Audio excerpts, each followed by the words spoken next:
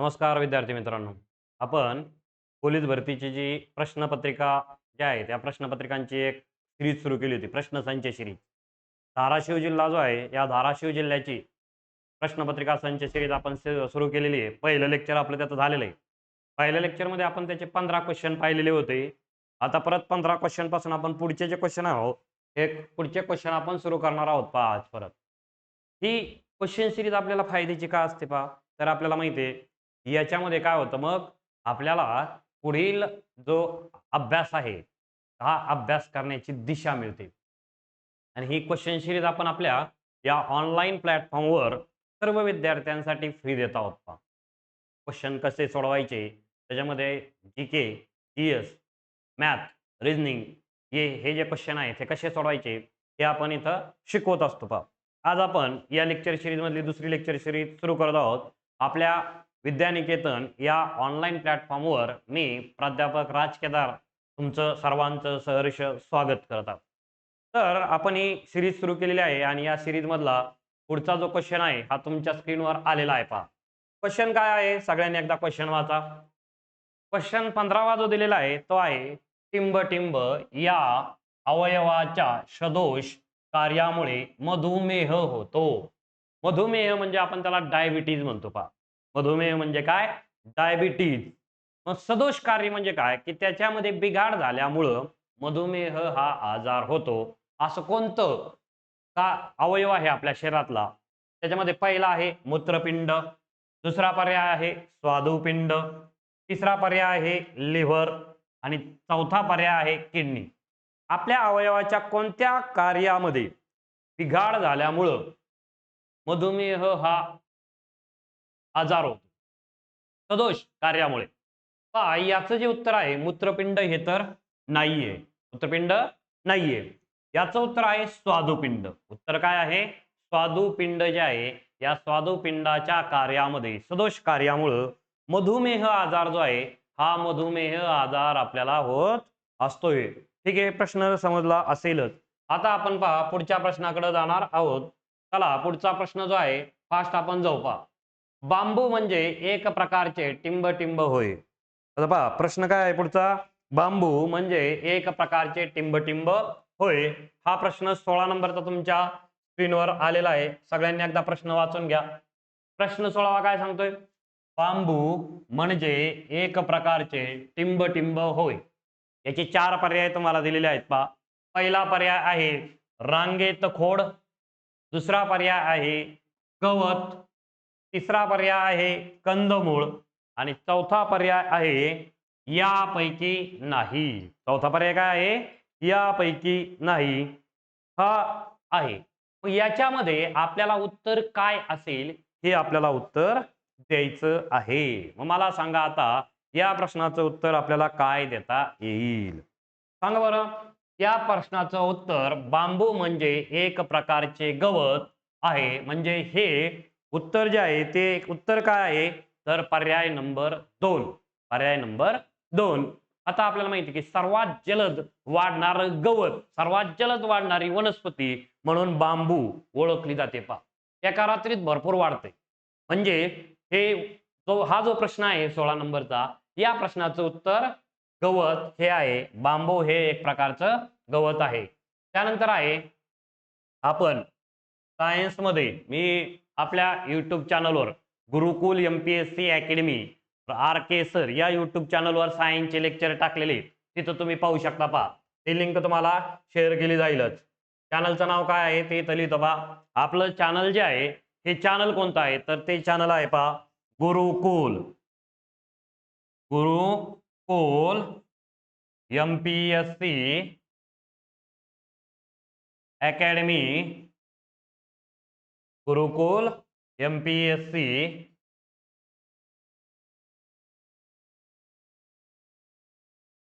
Academy. चॅनलचं नाव काय आहे? गुरुकुल MPSC academy आर-के sir. हे आहे आपलं YouTube चॅनल. काय आहे आपलं? YouTube चॅनल गुरुकुल एम-पी-एस-सी अकॅडमी RK सर या YouTube चॅनलवर सायन्सचे लेक्चर टाकलेत आणि त्या सायन्सच्या लेक्चरमध्ये हा प्रश्न येऊन गेलेला आहे पहा. हा प्रश्न येऊन गेलेला आहे. काय आहे? प्रश्न आहे, माणसाच्या मांडीच्या हाडास टिंब-टिंब म्हणतात. माणसाची जी मांडी आहे, या मांडीमध्ये जे हाड असते, त्या हाडाचं नाव काय आहे? असा आपल्याला प्रश्न विचारलेला आहे. सगळ्यांनी एकदा अकॅडमीचं नाव पाहून घ्या. गुरुकुल MPSC अकॅडमी, RK सर. आता पहा याच्यामध्ये काय आहे, तर माणसाच्या मांडीच्या हाडास काय नाव आहे? पहिला पर्याय आहे फिमर, दुसरा पर्याय आहे पटेला, तिसरा पर्याय आहे अल्ना, चौथा पर्याय आहे रेडियस. यापैकी तुम्हाला काय वाटतंय? आता पहा यापैकी उत्तर आहे फिमर. उत्तर काय आहे? फिमर हे मांडीतील हाड आहे आणि आपल्या शरीरातील सर्वात मोठे हाड फिमर म्हणून ओळखले जाते. कोणतं हाड ओळखलं जातंय? फिमर. रेडियस जे आहे पहा, हे रेडियस आपल्या कानामध्ये असणारं हाड आहे. कोणतं? कानामध्ये असणारं हाड ते आहे रेडियस. हे हाड त्या ठिकाणी लहान हाड आहे. त्यानंतर अल्ना, उल्ना म्हणजे आपल्या हातामध्ये असणारं जे हाड आहे, या हातामध्ये जे दोन हाड आहेत, याच्यापैकी एक हाड इथं पहा, असं जर तुम्ही चेक केलं तर ते हाड म्हणजे उल्ना. आणि पटेला, पटेला जे हाड आहे हे आपल्या पायामध्ये असणारं हाड आहे. मांडीतील हाड कोणतं आपल्याला प्रश्न विचारलेला आहे? फिमर. मांडीतील हाड फिमर. चला पुढच्या प्रश्नाकडे आपण जाऊ. पुढचा प्रश्न आहे 18 नंबरचा. प्रश्न क्रमांक 18. एकपेशीय प्राण्यास टिंब-टिंब असे म्हणतात. एकपेशीय प्राण्यास टिंब-टिंब असे म्हणतात. पहिला पर्याय आहे आदिजीव, दुसरा पर्याय आहे जीवाणू, तिसरा पर्याय आहे कुहरांगी, चौथा पर्याय आहे यापैकी नाही. यापैकी नाही. मग एकपेशीय प्राण्यास काय म्हणतात? तर याचं जर उत्तर आपल्याला द्यायचं झालं तर या प्राण्यास काय म्हटलं जाईल? याचं उत्तर आपल्याला द्यायचं आहे. प्रश्न क्रमांक किती आहे? 18. या प्रश्नाचं उत्तर आहे 1 आदिजीव. एकपेशीय प्राणी म्हणजे आपल्याला माहिती आहे, या पृथ्वी तलावावर निर्माण झालेला पहिला प्राणी हा एकपेशीय प्राणी होता. तो कोणता आहे? तर अमिबा, अमिबाबा. कोणता? अमिबाबा जो आहे, हा अमिबा सगळ्यात पहिला एकपेशीय प्राणी आहे आणि एकपेशीय प्राण्यास काय म्हटलं जातं? आदिजीव असं म्हटलं जातं. ठीक आहे. चला पुढच्या प्रश्नाकडे जाऊ. आता पहा पुढचा प्रश्न आहे प्रश्न क्रमांक 19. प्रश्न क्रमांक 19 काय सांगितलेलं आहे पहा. प्रश्न क्रमांक 19 हा आहे, आकाशाचा निळा रंग प्रकाशाचे टिंब-टिंबचे उदाहरण आहे. आकाशाचा निळा रंग जो आहे, हा आकाशाचा निळा रंग प्रकाशाचे टिंब-टिंबचे उदाहरण आहे. पहिला पर्याय आहे अपवर्तन, दुसरा पर्याय आहे अपस्करण, तिसरा पर्याय आहे परावर्तन आणि चौथा पर्याय आहे यापैकी नाही. काय उत्तर देता येईल पहा. अपवर्तन म्हणजे काय? प्रकाश असा सरळ जातो आणि तिथं वळून बाजूला जाणे, त्याला म्हणतात अपवर्तन. प्रकाशाचे अपवर्तन. दुसरा पर्याय आहे अपस्करण. हा पर्याय या प्रश्नाचं उत्तर आहे. सूर्यप्रकाश जो आहे, या सूर्यप्रकाशाचे संपूर्ण अंतर्गत अपस्करण, यापासून धूळ जी असते, या धुळीमध्ये तो सूर्यप्रकाश काय होतोय? पूर्णपणे अपस्करण होऊन आकाश जे आहे हे आपल्याला निळ्या रंगाचं दिसतं. हे त्याचं उत्तर आहे. परावर्तन म्हणजे काय? प्रकाश असा सरळ एका रेषेतून, एका माध्यमातून दुसऱ्या माध्यमात जाणे, त्याला म्हणतात प्रकाशाचे परावर्तन. अपवर्तन म्हणजे काय? प्रकाश भिंतीतून पलीकडे जाऊ शकतो का? नाही. ते झालं अपवर्तन. अपस्करण म्हणजे काय? प्रकाशाचं संपूर्ण अंतर्गत अपस्करण म्हणजे प्रकाश तिथंच घुटमळून त्या ठिकाणी त्याचं अपस्करण होतं आणि हे आकाश निळं दिसण्याचं मुख्य कारण आहे. परावर्तन म्हणजे प्रकाश एका माध्यमातून दुसऱ्या माध्यमात जाणे, याला म्हणतात प्रकाशाचे परावर्तन. ठीक आहे. चला पुढचा 20 नंबरचा प्रश्न आपण त्याच्याकडे जाऊ. पहा आता 20 नंबरचा प्रश्न तुमच्या समोर दिलेला आहे. 20 नंबरचा प्रश्न काय आहे? सगळ्यांनी एकदा प्रश्न पाहून घ्या. प्रश्न आहे, खालीलपैकी 20 नंबरचा प्रश्न काय आहे? खालीलपैकी कोणत्या प्रक्रियेमध्ये प्रकाशीय ऊर्जेचे रूपांतर रासायनिक ऊर्जेमध्ये होते? खालीलपैकी कोणत्या प्रक्रियेमध्ये प्रकाशीय ऊर्जेचे रूपांतर हे कोणत्या रासायनिक ऊर्जेमध्ये होते? या प्रश्नाचं उत्तर काय असेल? काय असेल बरं? पहिला पर्याय आहे श्वसन, दुसरा फसफसणे, तिसरा प्रकाश संश्लेषण आणि चौथा विरेचन. या प्रश्नाचं उत्तर काय असेल सांगा लवकर. तर या प्रश्नाचं उत्तर आहे पर्याय नंबर 3 प्रकाश संश्लेषण. काय आहे? प्रकाश संश्लेषण. प्रकाश संश्लेषण या प्रक्रियेमध्ये प्रकाशीय ऊर्जेचे रूपांतर म्हणजे प्रकाश ऊर्जेचे रूपांतर रासायनिक ऊर्जेमध्ये होते, त्यालाच प्रकाश संश्लेषण असं म्हणतात. याला इंग्लिश मधून काय म्हणतात? फोटोसिंथेसिस. काय म्हणतात इंग्लिश मध्ये? फोटोसिंथेसिस असे म्हणतात. चला पुढचा प्रश्न आपण पाहू आता. पुढचा प्रश्न आहे पहा आता. पुढचा प्रश्न तुमच्यासाठी खूप महत्वाचा आहे. काय आहे प्रश्न? उस्मानाबाद जिल्ह्याचा आहे, कारण पेपर आहे उस्मानाबाद जिल्ह्याचा आणि प्रश्न क्रमांक आहे 21 मधला उस्मानाबाद जिल्ह्याचा जो प्रश्न आहे. काय प्रश्न आहे पहा आता. प्रश्न काय विचारलेला आहे?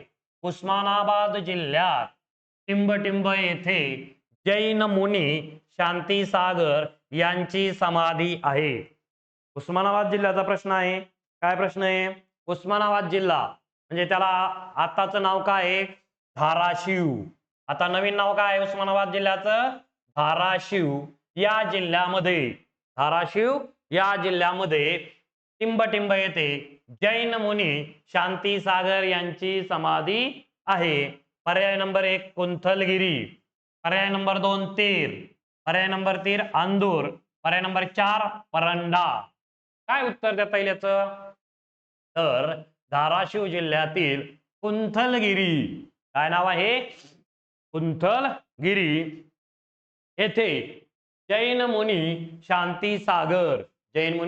शांतीसागर यांची समाधी आहे. कुंथलगिरी आणखी एका गोष्टीसाठी प्रसिद्ध आहे. काय? तर कुंथलगिरीचा पेढा जो आहे, हा कुंथलगिरीचा पेढा प्रसिद्ध आहे. खावा, कुंथलगिरीचा खावा, या खाव्यापासून जो पेढा बनवला जातो हा महाराष्ट्रामध्ये प्रसिद्ध आहे. इथेच काय आहे? जैन मुनी कोण? शांतीसागर यांची समाधी आहे. चला पुढच्या प्रश्नाकडे जाऊ. पुढचा प्रश्न काय आहे?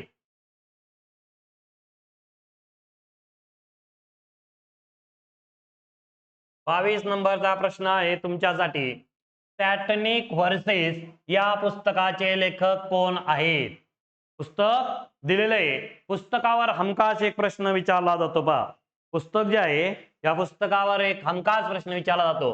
पुस्तकाचं नाव काय आहे? सॅटनिक व्हर्सेस. या पुस्तकाचे लेखक कोण आहेत?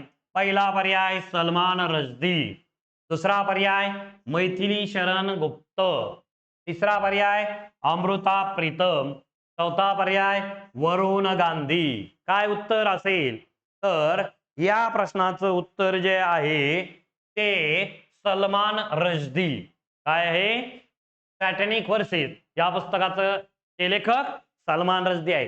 हा प्रश्न असा आहे, तुम्हाला माहिती असेल तरच सोडू शकता. लॉजिक लावत बसण्यात अर्थ नाही. तुम्ही म्हणणार मग आता हे नेमके कोण असू शकतं? मैथिली शरण गुप्त हे हिंदी साहित्यिक आहे. काय आहेत? हिंदी साहित्यिक आहे. इथं थोडंफार लॉजिक लावू शकता, पण प्रश्न हमखास माहिती असेल तरच या प्रश्नाचं उत्तर तुम्ही देऊ शकता. ठीक आहे, चला पुढच्या प्रश्नाकडे जाऊ. पुढचा प्रश्न 5.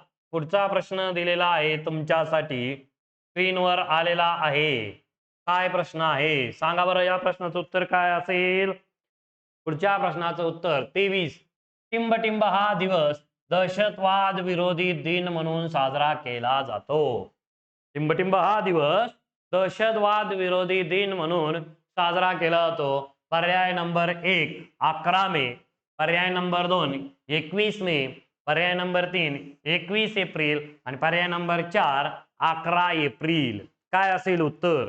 तर हा जो दिवस आहे दहशतवाद विरोधी दिन, म्हणून साजरा केला जाणारा, याचं उत्तर आहे 21 मे. काय उत्तर आहे? 21 मे. याच दिवशी राजीव गांधी यांची हत्या करण्यात आलेली होती, म्हणून हा दिवस दहशतवाद विरोधी दिन म्हणून साजरा केला जातो. चला पुढचा प्रश्न. पुढचा प्रश्न खूप इंटरेस्टिंग आहे. काय आहे? खूप इंटरेस्टिंग असणारा प्रश्न. पुस्तक आहे पहा एक. पुस्तक आणि लेखक याचा प्रश्न विचारलाच जातो. पुस्तक आणि लेखक याचा प्रश्न विचारल्याच जातो. तर या प्रश्नाचं उत्तर काय असेल? उचल्या. काय? उचल्या या पुस्तकाचे लेखक कोण आहेत? उचल्या या पुस्तकाचे लेखक कोण आहेत?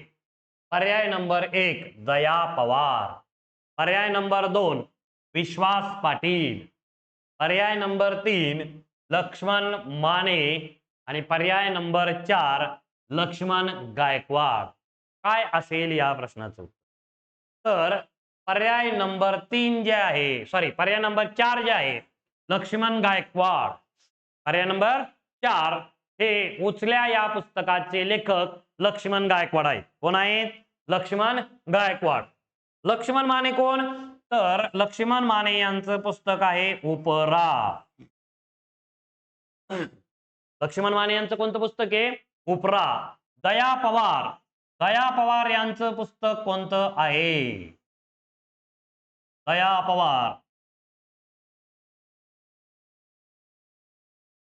दया पवार यांचं बलूत, बलूत हे जे पुस्तक आहे ते आहे दया पवार यांचं. नाव आहे दगडू, दया म्हणजे लेडीज नाही, दगडू मारुती पवार. दगडू मारुती पवार यांची एक कादंबरी आहे बलूत, ही कादंबरी आहे. विश्वास पाटील जे आहेत, या विश्वास पाटील यांची कादंबरी कोणती आहे? संभाजी झाडा झडती. ह्या कादंबऱ्या ज्या आहेत ह्या आहेत विश्वास पाटील यांच्या. ठीक आहे, लक्षात आलंय प्रश्नाचं उत्तर? चला पुढच्या प्रश्नाकडे जाऊ.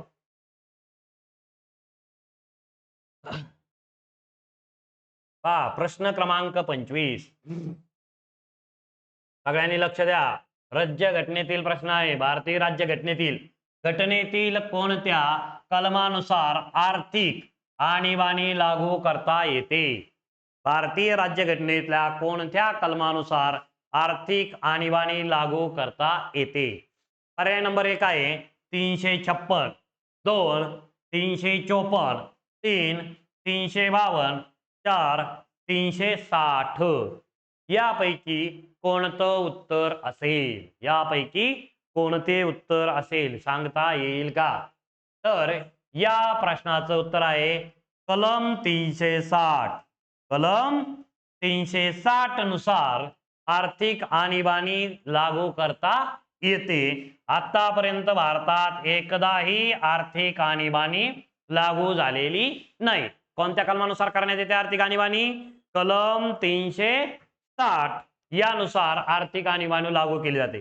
कलम 352 जे आहे यानुसार राष्ट्रीय आणीबाणी लागू केली जाते. कोणती आणीबाणी? राष्ट्रीय आणीबाणी लागू केली जाते. आतापर्यंत राष्ट्रीय आणीबाणी 3 वेळेस लागू करण्यात आलेली. आतापर्यंत किती वेळेस लागू करण्यात आली राष्ट्रीय आणीबाणी?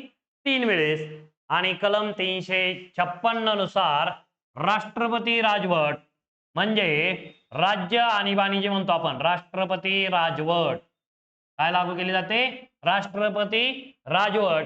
घटक राज्यांतर्गत आणीबाणी जी लागू केली जाते ती कलम 356 नुसार लागू केली जाते. चला लक्षात आलाय का प्रश्न? आर्थिक आणीबाणी कलम 360, राष्ट्रीय आणीबाणी 352 आणि राष्ट्रपती राजवट 356 यानुसार लागू केली जाते. पुढचा आहे टिंबटिंब. पुढचा प्रश्न सगळ्यांनी लक्ष द्या.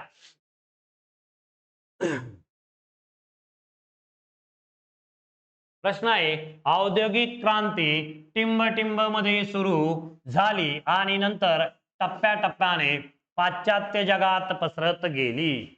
औद्योगिक क्रांती कधी झालेली आहे तर औद्योगिक क्रांती ही 16व्या शतकात झालेली आहे. आणि कुठे झालेली औद्योगिक क्रांती इंग्लंडमध्ये झालेली आहे. कुठे झालेली आहे इंग्लंडमध्ये औद्योगिक क्रांती झालेली आहे. आणि ती टप्प्याटप्प्याने पाश्चात्य जग म्हणजे जे पाश्चिमात्य राष्ट्र आहेत या राष्ट्रामध्ये ती पसरलेली आहे. सगळ्यात महत्वाचं औद्योगिक क्रांती कुठं झाली इंग्लंडमध्ये झाली. 26 नंतर पुढचा प्रश्न 27वा 27 नंबरचा प्रश्न सन 1802 मध्ये कोणत्या पेशव्याने इंग्रजांशी तैनाती फौजेचा करार केला. असा कोणता पेशवा आहे की त्याने इंग्रजांशी तैनाती फौज जी आहे या तैनाती फौज स्वीकारण्याचा करार केलेला आहे. पहिला पर्याय आहे माधवराव पेशवे, दुसरा पर्याय आहे रघुनाथराव पेशवे, तिसरा पर्याय आहे दुसरा बाजीराव आणि चौथा पर्याय आहे नानासाहेब पेशवे. तर या प्रश्नाचं उत्तर काय देता येईल. या प्रश्नाचं उत्तर आहे दुसरा बाजीराव पेशवा. सगळ्यात नालायक आणि अकर्तृत्ववान पेशवा म्हणून ओळखला जाणारा पेशवा तो म्हणजे दुसरा बाजीराव पेशवा. या पेशव्यामुळेच आपल्या या पुण्यावर जो शनिवारवाडा आहे या शनिवारवाड्यावर इंग्रजांचा युनियन जॅक फडकला गेला. अकर्तृत्व म्हणजे काहीच कर्तृत्व नाही. पहिल्या बाजीराव पेशव्याने आटके पार झेंडे फडकवले होते. दुसऱ्या बाजीराव पेशव्याने सगळी सत्ता मराठ्यांची सत्ता इंग्रजांकडे गहाण टाकली तैनाती फौजेच्या कराराने. ती तैनाती फौज जी आहे ती तैनाती फौज कधी स्वीकारली 1802 मध्ये स्वीकारलेली आहे. पुढचा प्रश्न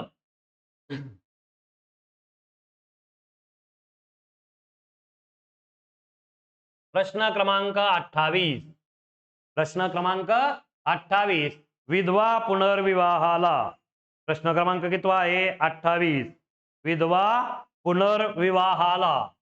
विधवा पुनर्विवाहाला मान्यता देणारा कायदा कोणी केला.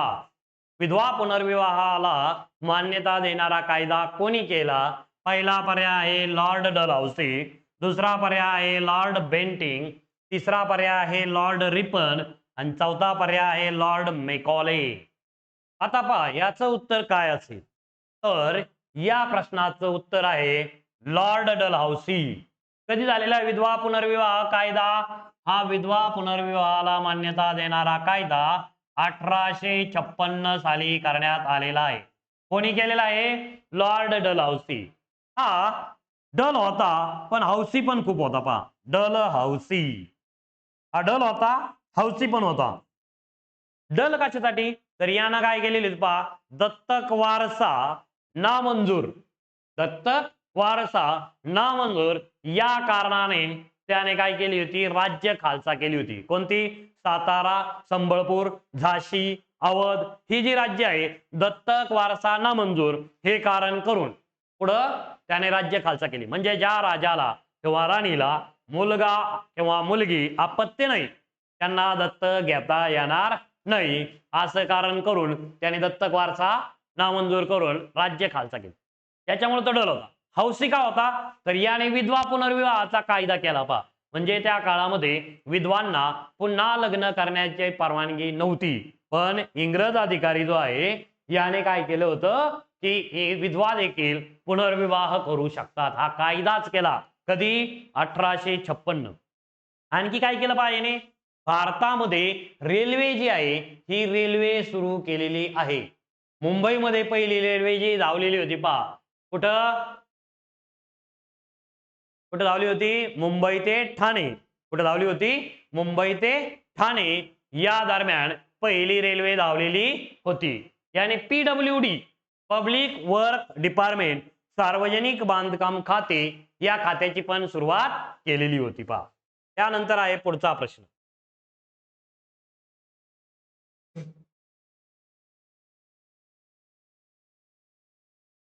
पहा आता आपला मागचा जो प्रश्न आहे त्याच्याच संदर्भाने हा प्रश्न आलेला आहे. डलहौसी जो आहे याने वेगवेगळ्या सुधारणा करण्याचा प्रयत्न केला. याच्यामुळे भारतीय लोक नाराज झाली होती आणि त्याचंच कारण आहे की 1857 चा उठाव झाला. पण या उठावाचं तात्कालिक कारण जे झालं होतं ते काय झालं होतं ते आपण पाहणार आहोत. आधी प्रश्न पहा. मंगल पांडे यांनी खालीलपैकी कोणत्या छावणीतील इंग्रज अधिकाऱ्यांवर गोळी झाडली होती? काय झालं होतं बा? मंगल पांडे जो आहे 1857चा उठाव होण्याला भरपूर कारण आहेत, पण तात्कालिक कारण काय घडलं होतं तर मंगल पांडे नावाचा जो शिपाई आहे, ब्राह्मण शिपाई, याने काय केलं होतं एका इंग्रज अधिकाऱ्यावर गोळी झाडली. कुठं? पर्याय नंबर 1 बराकपूर, दुसरा कानपूर, तिसरा मेरठ, चौथा आग्रा. तर बराकपूरची छावणी जी आहे पर्याय नंबर 1, बराकपूरची छावणी जी आहे या बराकपूरच्या छावणीमध्ये मंगल पांडे याने एका इंग्रज अधिकाऱ्यावर काय केली होती? गोळी झाडली होती आणि त्याचा मृत्यू झाला, म्हणून त्याला काय करण्यात आली होती? मंगल पांडेला फाशी देण्यात आलेली होती आणि ते आहे तात्कालिक कारण 1857च्या उठावाचं. याच्यावर आपल्याला भरपूर प्रश्न विचारलेले आहेत. आपण तो ज्यावेळेस सिलेबस पाहू त्याच्यामध्ये तुम्हाला त्याचं सांगेलच.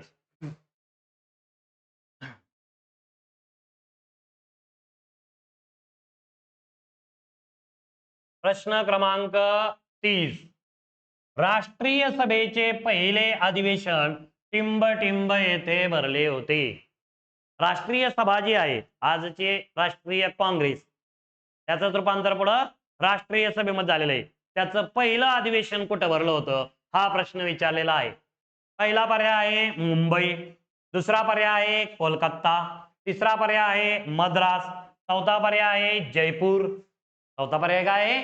जयपूर. मग या प्रश्नाचं उत्तर काय आहे तर या प्रश्नाचं उत्तर आहे मुंबई. काय आहे प्रश्नाचं उत्तर? मुंबई. कधी भरलं होतं? 28 डिसेंबर 1885. कधी भरलं होतं हे अधिवेशन? 28 डिसेंबर 1885 मुंबईला. हे भरणार कुठं होतं? पुण्यामध्ये. पुण्यामध्ये त्यावेळेस प्लेग आणि कॉलराची साथ सुरू होती. त्याच्यामुळं काय केलं? हे अधिवेशन पुण्यावरून मुंबईला हलवलं आणि मुंबईला सर गोकुळदास तेजपाल संस्कृत पाठशाळेच्या मैदानावर हे अधिवेशन जे आहे हे अधिवेशन भरवण्यात आलं. या अधिवेशनासाठी संपूर्ण देशातून 72 प्रतिनिधी हजर होते. किती प्रतिनिधी हजर होते? 72 प्रतिनिधी हजर होते. आणि या अधिवेशनाचे अध्यक्ष कोण होते तर या अधिवेशनाचे अध्यक्ष होते व्योमेश चंद्र बॅनर्जी. पहिल्या अधिवेशनाचे अध्यक्ष कोण होते? व्योमेश चंद्र बॅनर्जी. दुसरं अधिवेशन कधी झालं? दुसरं अधिवेशन 1886 ला. 28 डिसेंबर 1886 कुठं झालं? कोलकाता. कुठं झालं? कोलकाता. आणि या अधिवेशनाचे अध्यक्ष होते दादाभाई नौरोजी. कोण होतं कलकत्त्याचे? दादाभाई नौरोजी. दादाभाई नौरोजी पहिले पारशी अध्यक्ष. पहिले पारशी अध्यक्ष. तिसरं अधिवेशन झालं होतं मद्रास. आणि मद्रासला जे अधिवेशन झालं या अधिवेशनाचे अध्यक्ष कोण होते तर पहिले मुस्लिम अध्यक्ष म्हणून ज्यांची ओळख आहे बद्रुद्दीन तय्यबजी. कोण? बद्रुद्दीन तय्यबजी हे पहिले मुस्लिम अध्यक्ष. त्या अधिवेशन झालं होतं मद्रासला. आणि चौथं अधिवेशन जे झालं होतं ते अलाहाबादला झालं होतं. त्याचे अध्यक्ष होते जॉर्ज यूल. 1888. 1888 पहिले ब्रिटिश अध्यक्ष किंवा पहिले परकीय अध्यक्ष. पाचवा अधिवेशन पुन्हा मुंबईला झालेलं आहे. अशा प्रकारे राष्ट्रीय काँग्रेसचे अधिवेशन ते कसे झाले त्याचे ट्रिक सुद्धा आपण पुढे पाहणार आहोत. त्यानंतर आहे पुढचा प्रश्न. हा प्रश्न आहे जगाच्या भूगोलवर. सगळ्यांनी लक्ष द्या. पहा प्रश्न नीट एकदा वाचून घ्या. प्रश्न काय विचारलेला आहे सगळ्यांनी एकदा वाचून घ्या.